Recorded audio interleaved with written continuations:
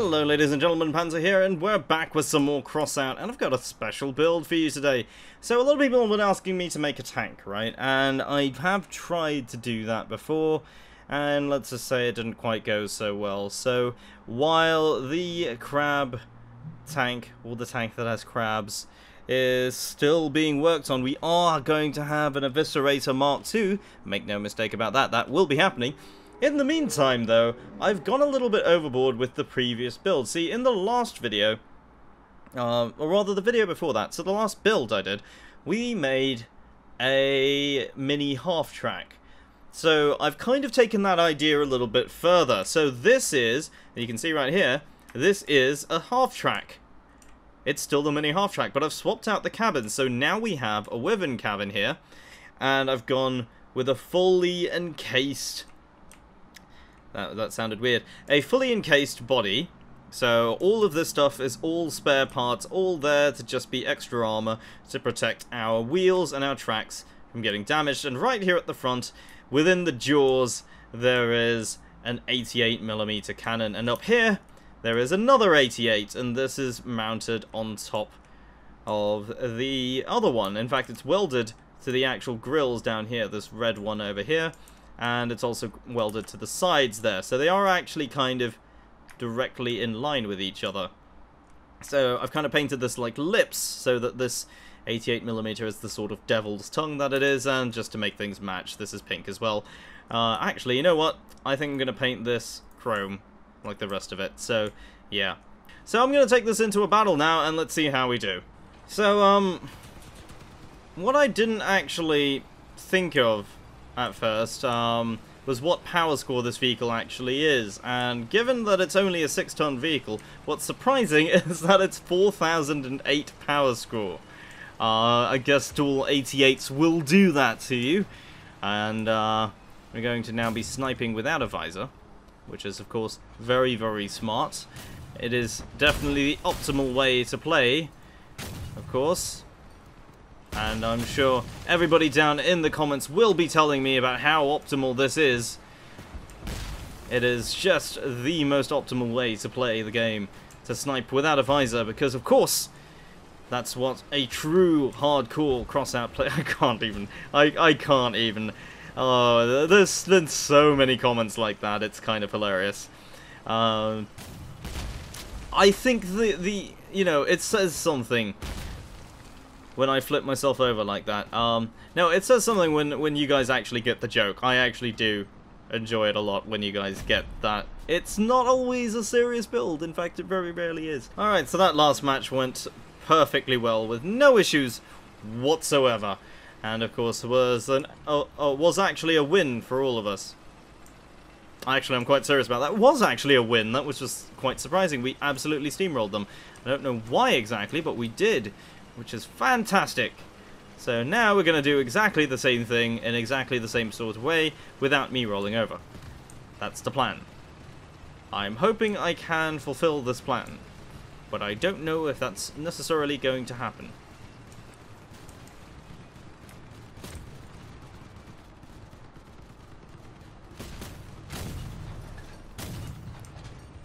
And that's a good couple of hits there, just going to duck back down so that we don't get fired back upon. Somebody did try.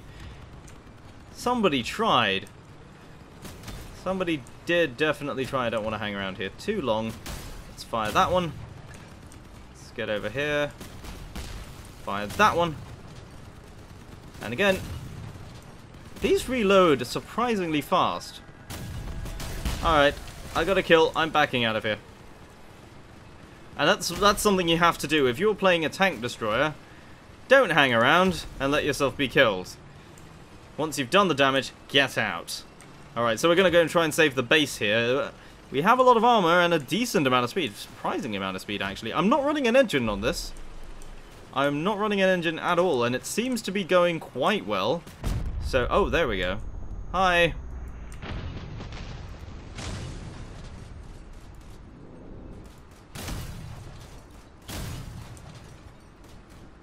I believe you are in trouble, good sir. Yes, you're very much in trouble. You're also very dead now.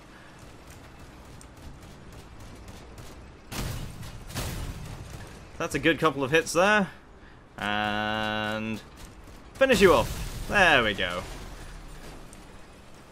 So it seems like I'm having a good stroke of luck at the moment, which is, well, definitely a big difference compared to the last video, or the last build, where it was just loss after loss after loss. And this is actually pretty good. I think this is definitely... Right, I have to do something about that plow. It obviously does not like that. The physics does not like it one bit. Okay, so I'm going to go and cap the base while everyone's busy. Oh, wait, there's somebody behind me. So, I'm going to set up an ambush for them, since I'm sure they don't know where we are. There's 3 of us to, well, the 2 of them. And somebody has given away his location by being on the cap, so, where is he? I don't know where he is.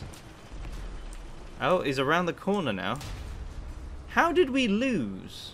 Alright, so, not quite sure what happened with the last one. I'm guessing because they managed to get the last 2 guys, and there were more of them when the timer reaches 0. It definitely was a timeout, but I think it was also because they capped more of the base, so I'm not sure which one it really was, but it seems like, yeah, they definitely got very lucky at the end there, so good job on them. Yeah, you know, good job on you guys for that. It was a very close game, if I'm honest. I'm not really even kidding about that. It is actually a very, very close game. I'm gonna sneak up here. Hopefully I can get up here without being seen. I'm rubbing up on the sides a little bit. Let's try to get up here and let's get a good sniping position going. I don't see anybody on the ridge up there. Oh, there's one moving. There's definitely one that's just taken position up there, so I'm going to try and counter-snipe him. I don't know if he's seen me, though. There he is. He's taken a shot.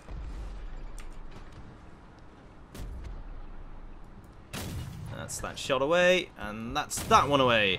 And neither of them hit. So, let's go. Oh, I need to get somebody on the cap. Oh, are they really going to win just like that? That's a bit lame. Alright, so I do think the capture mechanics do need to be reworked. Like, for one thing, I do think you need to stay in the capture zone during an assault mission to gain, you know, capture points. It shouldn't be permanent in the way that it is right now. Because the last 2 sort of capture losses haven't been, you know, it hasn't really worked out. Because there is a way to sort of guarantee that you win is by going straight into the enemy cap and then staying there for a little while so that if it times out, you are going to guarantee yourself a win, pretty much. Which is not exactly what... It's not fun when that happens. I definitely don't think it's particularly fun when that happens. Alright, so we need to stop this person from capping. There we go. Nope. Oh, shoot. He's now just pushing me.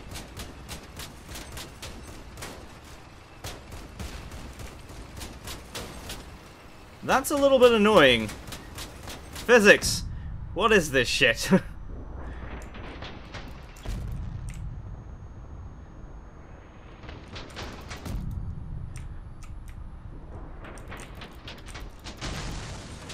Well, I mean, I messed him up good, but we had no hope on that one. And, oh, you are really screwed now. Oh, no, you've still got your cannons. Put them to good use, my friend. Or not. Well, you know, be a duck. Be a sitting duck. Alright, and that's all we really have time for, but before we go, I want to just do a quick breakdown of the video because, of the build actually, because I used to do this at the beginning of the video, and now I've decided I'm going to put it at the back instead. So if people want to jump straight to gameplay, they get a chance to do that. So if you are interested in the build, stay a little bit longer, and I'll actually talk you through a little bit more of that. So this is the Wyvern cabin here, or the Wyvern cabin, and this is the one that gives you 10 energy points. That's the reason I can put 2 88s on here. Now, the entire chassis is basically these sort of standard 4x4 frames, if I can just show you this. Let's just move that out of the way, and that out of the way. And that's an ammo box. So these are just standard 4x4 frames, and this goes all the way up until here, which is where it translates to a 2x4 frame. That is where the wheels are, and the reason it does that is because medium wheels tend to have a larger standoff distance between the chassis and the actual wheel. So in order to keep things in line and make it easier to armor up, I've actually switched that to a 2x4. Now initially I did have the cannon mounted directly onto this 2x4, but when I switched it upside down instead, which is something you can do, it doesn't really affect its elevation all that much. Not significantly anyway. That actually allowed me to just use this 2x4 without any issues at all. And of course, because the gun doesn't need to traverse too much because we have these tracks, then it actually is quite okay to put a lot more armor around them. And the same goes here. Now, we have these plows, and it does limit our depression a little bit, but that's what we have a top and bottom gun for. See, the bottom gun can then engage from there, and it can elevate up to the target, depending on how far it actually is, whereas this is able to hit targets much further away because it has that greater elevation. So you do kind of have a short range and long range cannon, if you will. So that's why this is on the left click, because that's where your immediate firing is going to want to be, and this is for more deliberate firing at longer ranges, if that makes sense. So there is actually a lot of thinking that went into this. It's just, you know, it looks gimmicky, but there is actually a certain degree of thoughts gone into this. Now, if you want to run a visor on this, you can do so if you put a generator on the vehicle. And the most ideal place of putting a visor would actually be somewhere here, because this right here is where you can actually place a box or anything else. And that will allow you to look through this piping area. That's why there's a gap here. So if you do have that, you can actually put it on. Just bear in mind it will use energy, and you need a generator for that. One of the places you can put equipment is directly underneath the cabin here, or along the back of it, and then put the van door on it. So the van door is just the main bit of protection. Now these grills here are actually how I've attached most of the armor. So this part down here actually is serving as a secondary weld point. This is actually attached to this set of grills over here, and this set of grills is actually attached to the van door. So that's kind of how it keeps things together. So it's got a lot of a lot more weld points than it actually needs to. And of course these fence pieces are attached to grills as well, and I've never actually seen these get shot off, even though I've taken multiple hits to the sides, which is quite interesting. So something to bear in mind there. It has a total of about 44 hit points, or structure points, if you combine these two, but bear in mind fence pieces, as always, have damage resistance, at least for now, so they do make a decent bit of armor. These pipes at the front, now these don't actually provide that much protection. They do have, well, this long pipe shield has 90 points of structure, but the things that it's attached to, the fenders and the mudguard here, do not actually provide that much protection at all. So this is actually here to prevent people from shooting the wheels out immediately, and that's really all it's for. This is actually to detonate cannon shells. So if you think about it, if you're getting hit from the sides, which is why I turned to the side, if you look during the very first part of the video, I actually turned to the side after firing instead of just reversing directly. That's to actually anticipate return fire. So if somebody fires a shot at me, they're going to hit one of these pipe mudguards instead of hitting the plows or the guns directly. And the mudguards are just here to take the hit. Now the damage does spread to the rest of it, but it does mean that the center of impact is here, as opposed to being on the fenders, or worse, against the grills that are holding up the guns. So that's kind of keeping things together. It's not an ideal design. There are better ways of doing it. Attaching these to a cabin or a frame, or even mounting them on the back and shooting over the cabin, can be a much better idea, especially since this one is almost completely ineffective for long range, since it's really just too low to the ground and it can't elevate far enough. But that said, it is a very effective build for mid to long range use. You can use it in close combat, just be aware of splash damage. Now, one thing that I did include on here is an ammo pack. Now this is something that is a little bit dangerous to use. It does increase your ammo reserves up to 30%. So given that the 88 start off with 10 rounds of ammo each, this actually means that you have a total of 13 rounds per gun. And that is actually very, very useful indeed. But I've attached it here, and I have actually put the van door like so. And this is to prevent it from getting shot immediately. If you saw during the last battle, the person that was firing at me with the autocannon there was firing over the top and not actually able to hit the ammo pack that was under there because it was being blocked by the cabin. So it's not a bad place to put it, considering it will explode if it gets destroyed. So that's kind of the breakdown of everything right now, and I'm quite happy with it. It's just in a very high power score, so it makes it a bit difficult to use, because you, as a sniper, you're vulnerable to things like guided missiles at long range, and you're also vulnerable to cloakers and assassins at close range.